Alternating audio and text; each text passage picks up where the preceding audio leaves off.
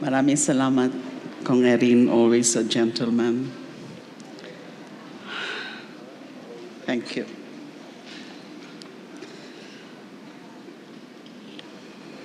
Kumusta po kayo? I almost did not make it.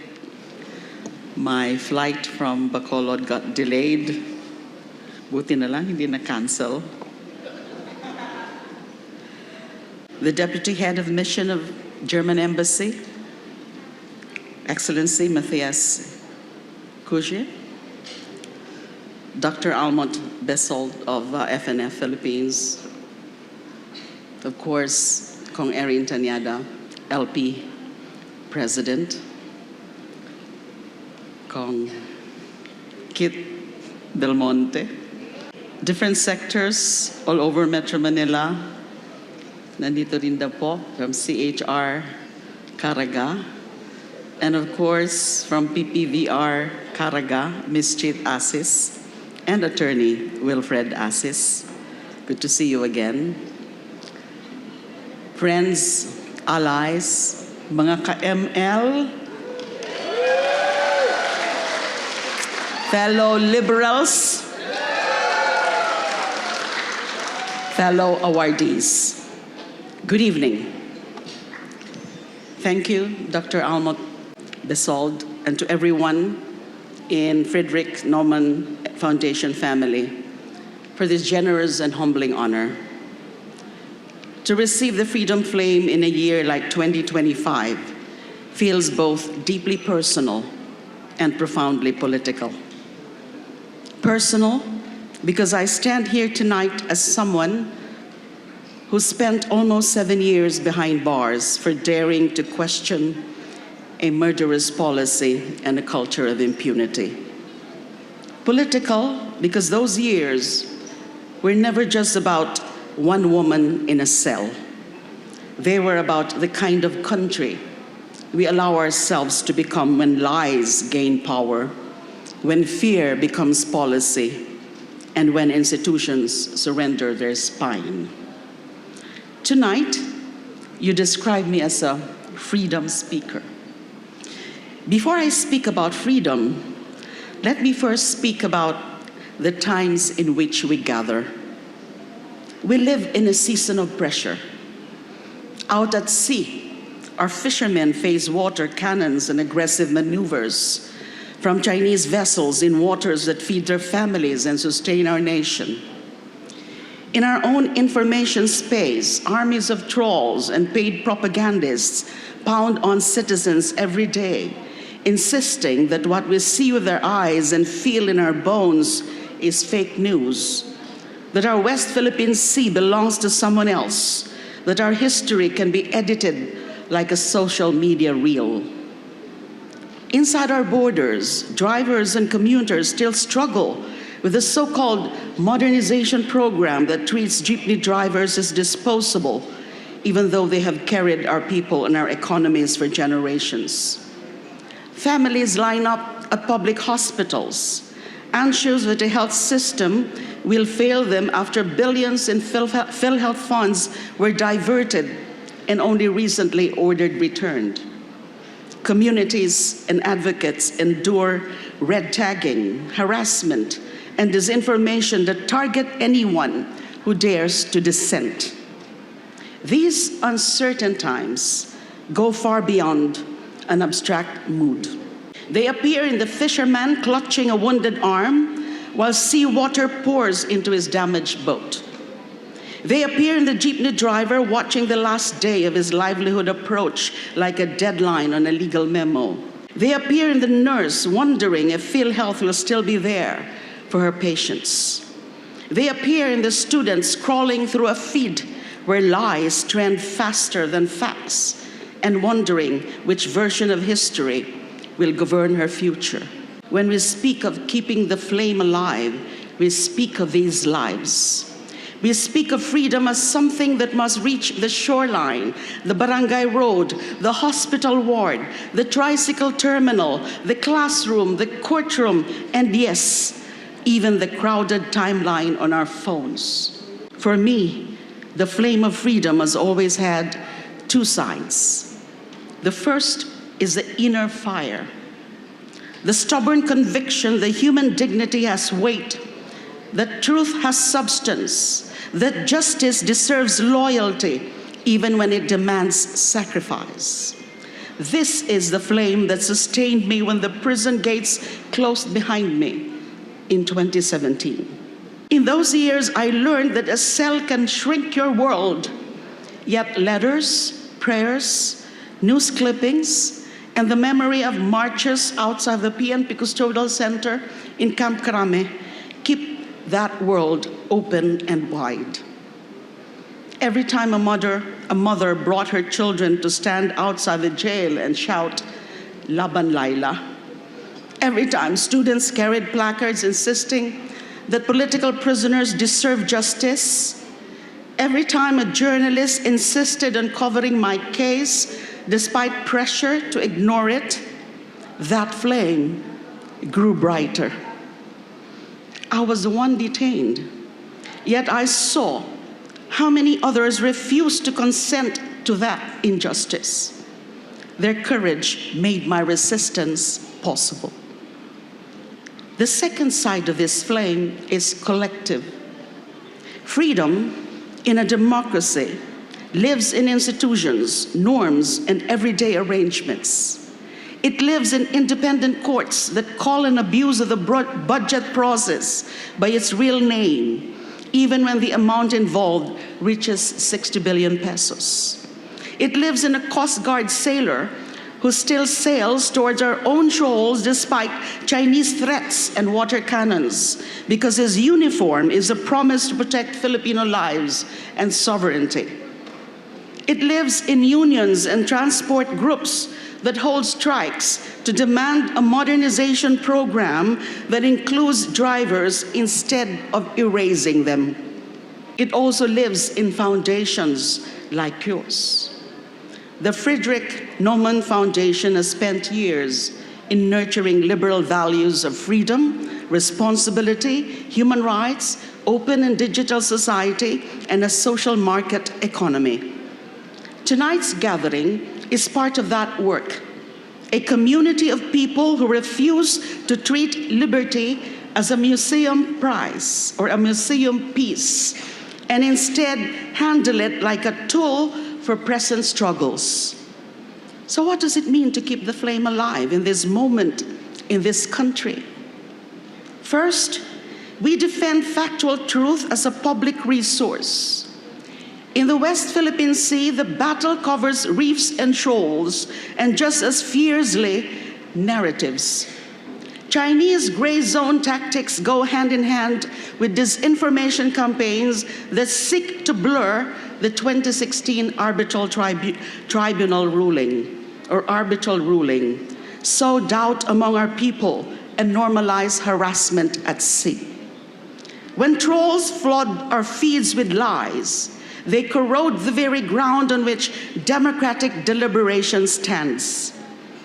As a legislator, I see this as a call to strengthen protections against organized disinformation, to support independent media, to boost public information campaigns that tell the truth about our rights under international law, and to invest in digital literacy that equips citizens to recognize manipulation. As freedom advocates, our task is to ensure that facts remain visible, accessible, and compelling. Second, we expand the perimeter of safety for those who resist. Across sectors, people who speak up absorb the blows of power. Fishermen in Zambales and Palawan, jeepney drivers in Metro Manila, health workers exposing corruption in hospitals, indigenous communities protecting ancestral lands, students and teachers who push back against historical revisionism. When they sense that lawyers, journalists, faith leaders, and civil society will stand with them, the flame grows stronger. I say this as someone who survived because networks of solidarity refuse to disappear. Amnesty International, human rights organizations, local and international churches, lawyers groups, and ordinary citizens treated my case as a test of our democracy. The solidarity did more than free one political prisoner. It reminded the world that authoritarianism always miscalculates the courage of those it tries to silence. Third, we build economies and institutions that honor freedom in practical ways. A worker trapped in precarious employment, a family crushed by medical debt, a driver forced into debt to finance a modern unit he cannot afford, a fisherman whose catch vanishes because foreign vessels control his waters, a young person whose vote rests on patronage because no other options present themselves. These citizens live with a freedom that feels fragile and conditional. As liberals, we speak of a social market economy for a reason. Markets need rules that protect the vulnerable, institutions that prioritize public goods, and states that treat social services as instruments of empowerment rather than favors from the powerful. The recent Supreme Court ruling on PhilHealth offers more than a technical legal victory. It reminds us that when we defend the proper use of public funds, we protect the freedom of every Filipino to seek health care without fear of abandonment. Freedom also demands courage in foreign policy. We are a small archipelago facing a giant neighbor, yet our people show remarkable resolve in insisting that our waters, resources, and dignity matter. From resupply missions to Ayungin Shoal, to documentaries that bring the stories of our fishers to global audiences, Filipinos prove every day that sovereignty lives in human faces. When the world sees the bruises on a fisherman's body and the splintered hull of his bangka, they see the real cost of geopolitical ambition. In these struggles, the flame of freedom appears in many forms.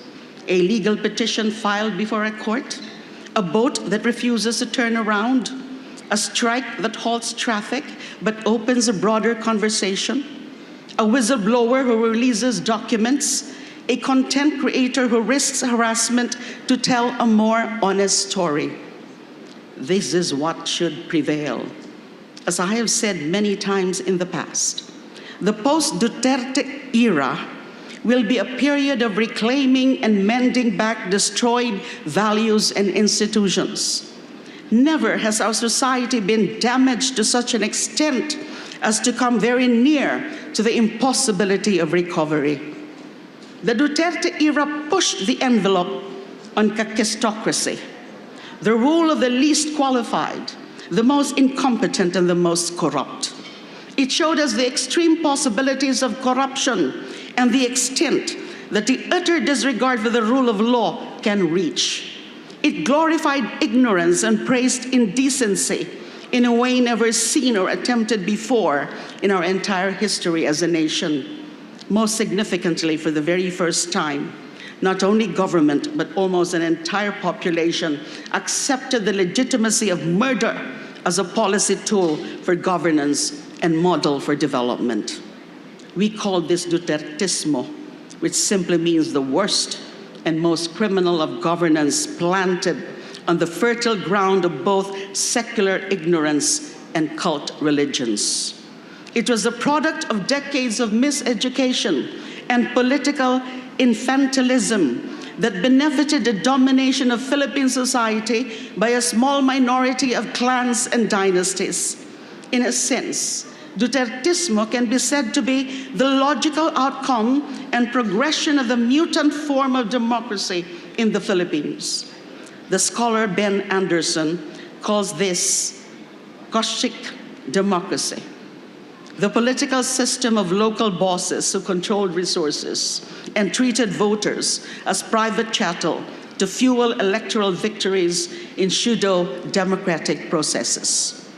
Duterte was one of these local bosses, is one of those local bosses. Nandiyan pa po pala siya.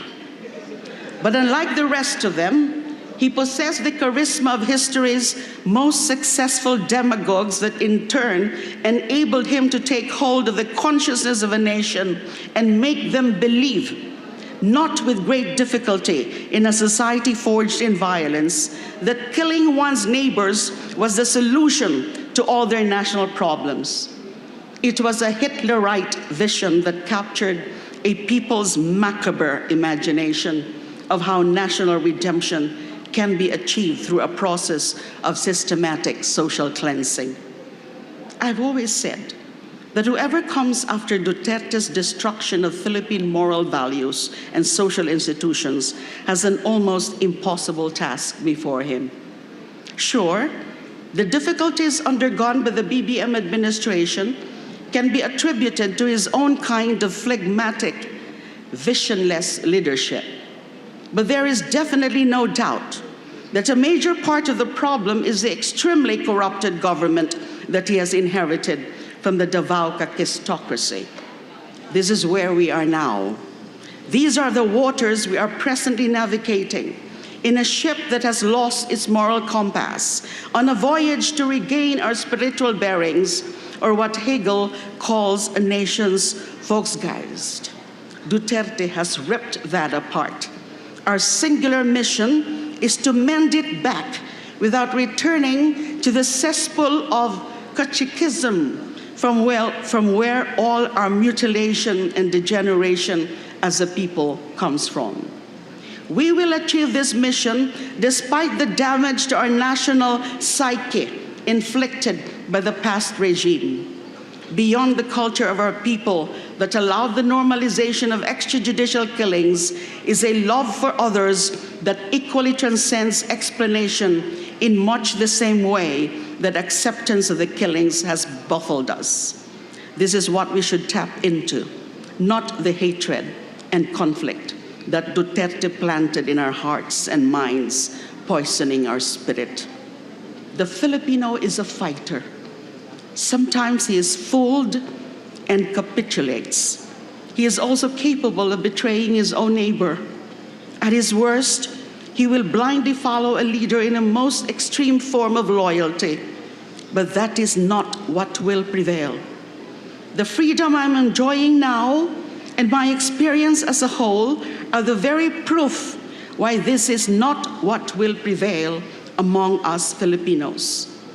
When I walked out of jail, I carried two kinds of memory.